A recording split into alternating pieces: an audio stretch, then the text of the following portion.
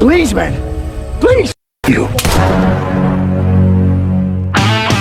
Halo, apa kabar semuanya? Semoga kalian semua sehat.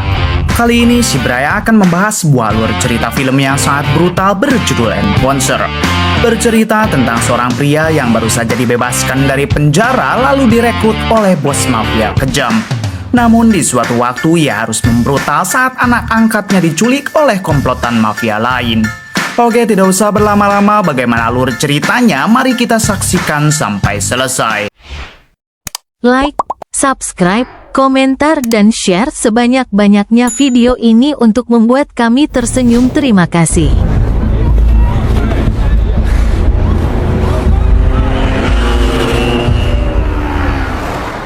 Di awal film, kita akan diperkenalkan dengan seorang pemuda bernama Stray yang saat itu menuju ke arena pertarungan jalanan. Karena hampir setiap hari Stray bertarung di sana hanya demi mendapatkan sedikit uang untuk menyambung hidupnya.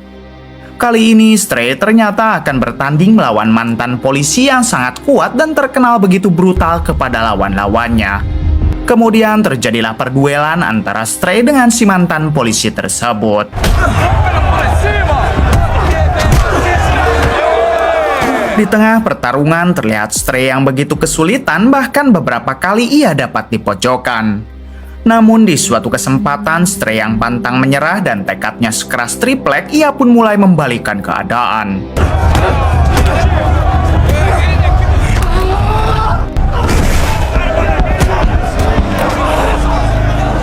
Hingga pada akhirnya Stray dapat mengalahkan lawannya tersebut yang membuat semua orang di sana sangat kagum kepada Stray.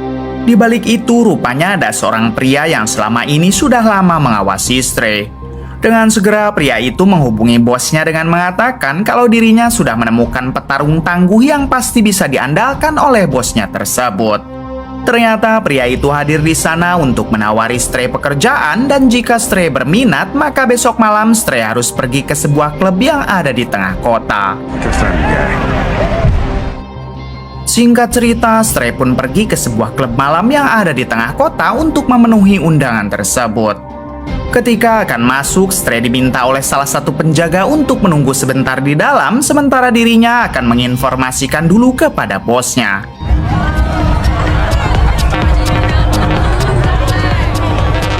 Setelah itu, sambil menunggu, Stray memesan minuman lalu bersantai sejenak. Hingga tak lama, Stray dihampiri oleh seorang penari klub bernama Susan. Di sini, Susan yang ternyata tertarik kepada Stray, ia pun mencoba mengajaknya untuk menari bersama. Namun Stray menolak dengan alasan ia tidak bisa menari. Kemudian mereka pun berkenalan dan mengobrol yang membuat keduanya merasa nyaman. Setelah saling mengetahui kalau mereka berdua sama-sama jomblo, sekarang Stray yang tanpa ragu langsung meminta nomor telepon Susan. Bersamaan dengan itu, penjaga klub kembali datang lalu meminta Stray untuk menghadap bosnya yang akan mempekerjakan Stray.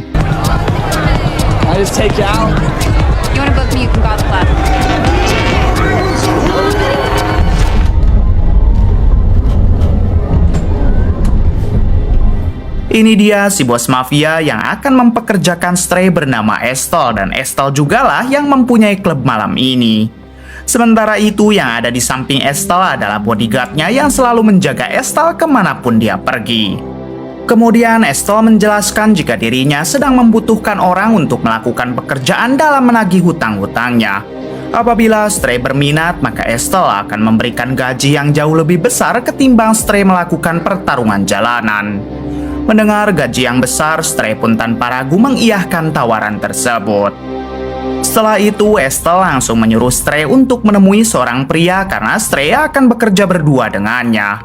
Saat itu juga, Stray pergi menemui pria yang dimaksud. Hey. You Kuda?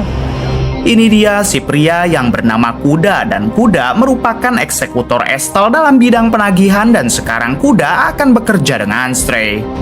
Di sini tanpa basa-basi, Kuda langsung mengajak Stray untuk menagih hutang kepada seseorang. Saat dalam perjalanan, Stray mencoba mengajak bicara Kuda, tapi tampaknya Kuda sama sekali tidak mau bicara. Bahkan ketika Stray bertanya tentang pekerjaan mereka, Kuda tetap tidak mau bicara ataupun memberikan penjelasan mengenai pekerjaan yang harus mereka lakukan. Setelah cukup lama berkendara, pada akhirnya mereka pun sampai di tujuan yang dimaksud. Di sini barulah kuda mau bicara dan ia mengatakan kalau mereka akan menagih seorang bajingan yang mempunyai hutang kepada Estelle, bos mereka. Tak lama dari itu keluarlah seorang pria berbadan besar dan pria tersebutlah orang yang akan mereka tagih. Kemudian kuda menyuruh Stray untuk menghajarnya dan Stray jangan sampai kalah dari pria besar itu. Dengan segera Stray menghampiri si pria lalu terjadilah baku hantam antara mereka. Hey. Setelah Stray berhasil mengalahkannya, kuda meminta Stray untuk memasukkan pria tersebut ke dalam bagasi mobil lalu mereka membawanya ke dekat pantai.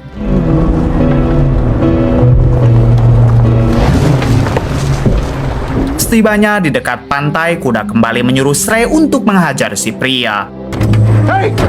Dead man! What the fuck are you, dead man? Setelah si pria benar-benar tidak berdaya, barulah kuda menanyakan pembayaran uang yang sudah si pria itu janjikan. Namun si pria mengatakan kalau ia masih belum mempunyai uangnya dan si pria kembali meminta tempo kepada kuda. Dengan santai kuda menjawab kalau tidak ada tempo ketiga bagi seorang penghutang. You never did shut the fuck up. Kuda, please, man! Please! You. Setelah menghabisi pria tersebut, kuda mengajak Stray ke tempat latihan golf.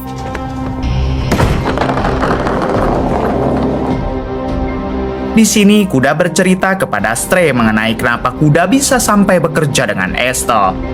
Ternyata kuda baru saja bebas dari penjara setelah ia membantai kelompok mafia Rusia dan orang yang membantunya bebas adalah Estelle, bos mereka sekarang.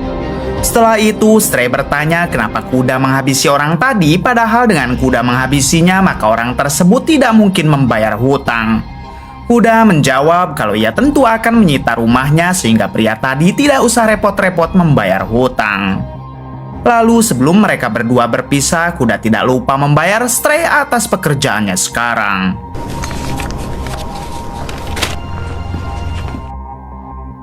Di malam berikutnya, Stray bertemu dengan Susan, yaitu wanita penari yang sebelumnya ia temui waktu di dalam klub malam. Di sini mereka tampak semakin dekat lalu bercerita tentang kehidupan mereka masing-masing. Dari mulai Stray yang merupakan seorang anak yatim piatu dan ia sudah ditinggal oleh orang tuanya semenjak remaja. Maka dari itulah Stray sering ikut bertarung di jalanan demi hanya bisa memenuhi kebutuhannya sehari-hari.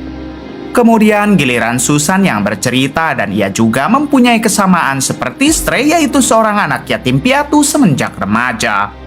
Di tengah obrolan, Stray tak sengaja melihat tas Susan yang berisi sebuah pistol. Lantas Stray bertanya kenapa Susan membawa senjata. Susan menjawab kalau itu hanya untuk berjaga-jaga saja karena Susan tahu banyak orang jahat di kota ini.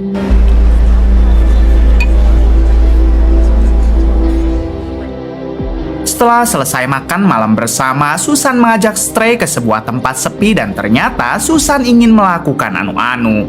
Stray yang burung kacernya sudah lama kedinginan, ia pun tentu menghayukan keinginan Susan. Keesokan harinya memperlihatkan Stray yang membayar uang kontrakan dari hasil ia kerja kemarin bersama kuda. Setelah itu, Stray pun masuk ke dalam kontrakannya karena ia ingin segera beristirahat.